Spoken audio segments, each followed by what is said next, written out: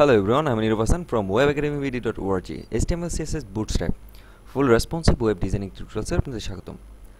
So গতবার আমরা যা শিখেছি সেটা হচ্ছে যে কিভাবে HTML এ লেখা শুরু করতে হয়, বা আপনার হেড কিভাবে হেডের মধ্যে টাইটেল দিতে হয়, আর হচ্ছে বোর্ডের মধ্যে কিভাবে লেখা শুরু করতে হয়। সো আমরা আজকে আপনাদেরকে দেখাবো, এটা হচ্ছে গতকালকের কাজ, আজকে আপনাকে দেখাবো যে কীভাবে header, paragraph and line break শিখতে হয়, মানে দিতে হয়। সো ফার্স্টে আমরা একটি প্যারাগ্রাফ নিই। সো এটা প্রথম থেকে শুরু করি। সেটা হচ্ছে যে আপনার নর্মালি একটা লাইন নিলেন, দেন নেওয়ার পর আপনি প্যারাগ্রাফের যে ট্যাগটা সেটা দিলেন পি, এটা অটোমেটিকলি চলে আসছে। এটা স্টার্টিং ট্যাগ, আর ইনটেকটা আপনার অবশ্যই লাস্টে হবে।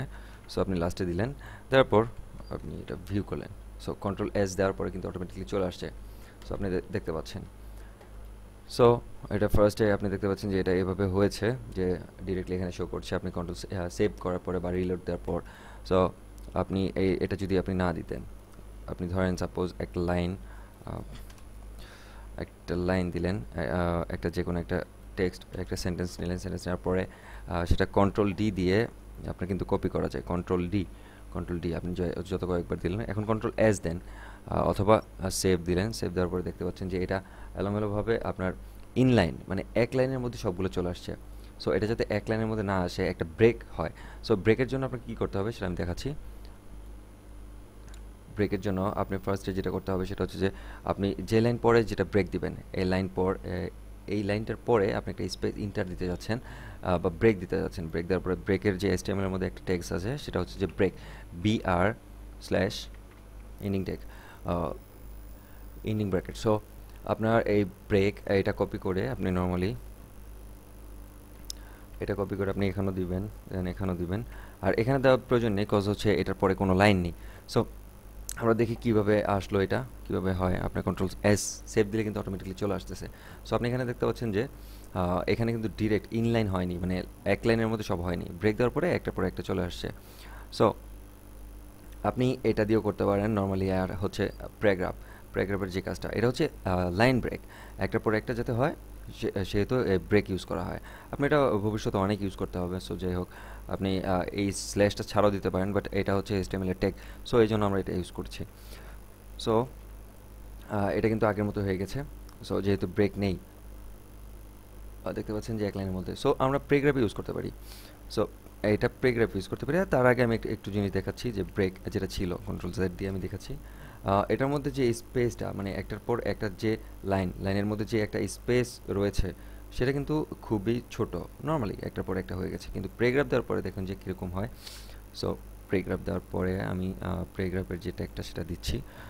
এখান থেকে আপনি শুরু করবেন যে paragraph P, ending tag, starting ট্যাগটা আপনার ফার্স্টে থাকবে অবশ্যই, আর এন্ডিং ট্যাগটা হচ্ছে লাস্টে থাকবে। সো নর্মালি এটা আমি কেটে দিচ্ছি, আর এখান থেকে আমি এটা কপি মারছি। কন্ট্রোল ডি আপনি দিলেন, এখন কন্ট্রোল এস, দেখেন যে একটু বড় হয়ে গেছে স্পেসটা। একটা প্যারাগ্রাফের মধ্যে যেরকমভাবে একটার পর একটা লাইন থাকে, সেরকমভাবে হয়ে গেছে। সো এটা হচ্ছে প্যারাগ্রাফের কাজ। প্যারাগ্রাফটা দেওয়ার পরে আপনার ব্রেকটা কিন্তু ইউজ করতে হচ্ছে না। সো ব্রেকটা না দিলে অটোমেটিকলি কিন্তু হয়ে যাচ্ছে। নর্মালি আপনি এখানে এটা এটা এটা কিন্তু না দিলে, আপনি কন্ট্রোল এস দেন, কিছুই হচ্ছে না, বিকজ এটার পরে কিন্তু ব্রেক দেওয়া আছে।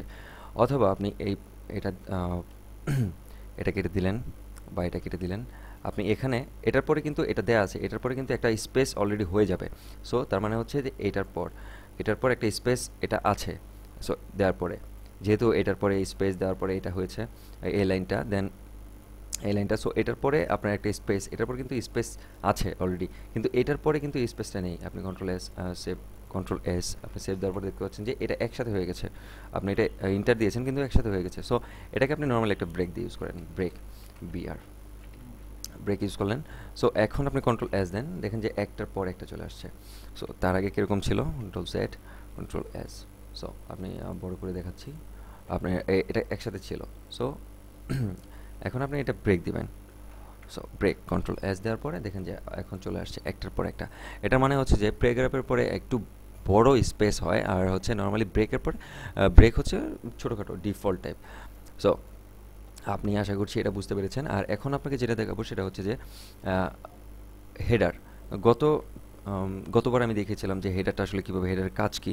হেডারটা হচ্ছে আপনার নর্মালি আপনি এখন লিখেন যে H1, হেডার 1, H1। সো এটা অটোমেটিকলি কিন্তু আপনার যে চলে আসছে ইনিং ট্যাগটা।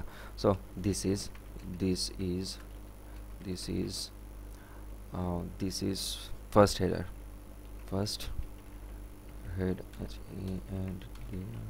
First header. এটা হচ্ছে first header.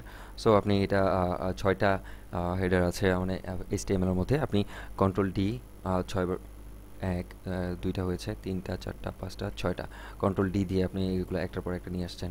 So control S দেন, দেওয়ার পরে দেখতে পাচ্ছেন যে সবগুলো সেম। এটা কিন্তু অটোমেটিকলি বোল্ড হয়ে যাচ্ছে, অটোমেটিকলি এটা বোল্ড হয়ে যায় অলরেডি। নর্মালি একটা আপনাকে নর্মালি এটা দেখাচ্ছি উইকিপিডিয়ার যে একটা সাইট আছে সেখান থেকে আমি দেখাচ্ছি। এখানে কিন্তু একটা হেডার ইউজ করা হয়েছে। সো আপনি এরকমভাবে প্রত্যেকটা জিনিসের একটা টাইটেল আছে। সো এটা ইউজ করছে। দেন আপনার আপনি তারপরে আপনি নর্মালি এখন যেটা করবেন সেটা হচ্ছে যে এটা হচ্ছে আপনার ডিফল্ট আপনার হেডার 1, যে এটা বড় হয়ে যাবে, দেন বোল্ড হয়ে যাবে। সো আপনার নর্মালি 6টা আছে। সো হেডার 2, হেডার 2 ইন্ডিং ট্যাগের মধ্যে দিতে হবে। হেডার 3, সরি 3, দেন ইন্ডিং ট্যাগও 3 দিতে হবে। হেডার 4, দেন ইন্ডিং ট্যাগের মধ্যেও হেডার 4 দিতে হবে। দেন হেডার 5, এটার মধ্যে ইন্ডিং ট্যাগের মধ্যে 5 দিতে হবে। হেডার 6, হেডার 6-এর মধ্যেও। তার মানে হচ্ছে যে এখন this is the first header, this is second header, আর এটা হচ্ছে থার্ড, আর হচ্ছে এটা হচ্ছে ফোর্থ, আর এটা হচ্ছে ফিফথ, জাস্ট আমি আপনাকে বোঝানোর জন্য। আর এটা হচ্ছে সিক্সথ। সো আপনি কন্ট্রোল এস দিবেন, কন্ট্রোল এস দিলে অটোমেটিকলি কিন্তু চলে আসছে। ফার্স্টে আপনার এখানে কি দেখাচ্ছে যে ফার্স্টে অটোমেটিকলি কিন্তু বোল্ড হয়ে যাচ্ছে, মানে বোল্ড হয়ে যাচ্ছে। সো এটা ফার্স্টে হেডার 1টা হচ্ছে একটু বড় সাইজ, এটা অটোমেটিকলি সাইজ দেওয়া আছে HTML এর মধ্যে। সো এটা ফার্স্ট, এটা হচ্ছে H1 হচ্ছে একটু বড়, দেন হচ্ছে আর একটু ছোট, দেন আরও ছোট, দেন এরকমভাবে সিরিয়াল মেনটেন করে একদম ছোট। সো এভাবে আপনি হেডার ইউজ করতে পারেন আপনার যে কোনো একটা সাইটের মধ্যে বা আপনার যে কোনো একটা পেজের মধ্যে। আপনি অটোমেটিকলি কিছু সাইজ দেওয়া আছে, এখান থেকে আপনি হেডার ইউজ করলে অটোমেটিকলি সাইজটা চলে আসে। সো আপনি এর মাধ্যমে আপনি বড় থেকে ছোট পর্যন্ত আপনি ইউজ করতে পারছেন। আর এটা নর্মালি ডিফল্ট যেটা দেওয়া আছে, দিস ইজ দ্য নর্মালি একটা কপি করলেন, কপি করে আপনি এখানে লিখলেন কন্ট্রোল এস। এটা হচ্ছে আপনার ডিফল্ট, এটা হচ্ছে আপনার ডিফল্ট টেক্সটের সাইজটা। সো যাই হোক, আজকে আপনারা শিখলেন যে আজকে আমরা শিখলাম যে কীভাবে প্যারাগ্রাফ এবং লাইন ব্রেক লাইন ব্রেক আর হচ্ছে হেডারে কীভাবে কাজটা করতে হয়। সো আশা করি বুঝতে পেরেছেন। আমরা নেক্সট আরও টিউটোরিয়ালে আমরা আরও কিছু শিখাবো। আশা করছি পাশে থাকবেন। আর হচ্ছে যে কোনো প্রবলেমে আমাদের ওয়েবসাইটে আমাদের নক করবেন। আশা করছি আমরা রিপ্লাই দিতে চেষ্টা করব।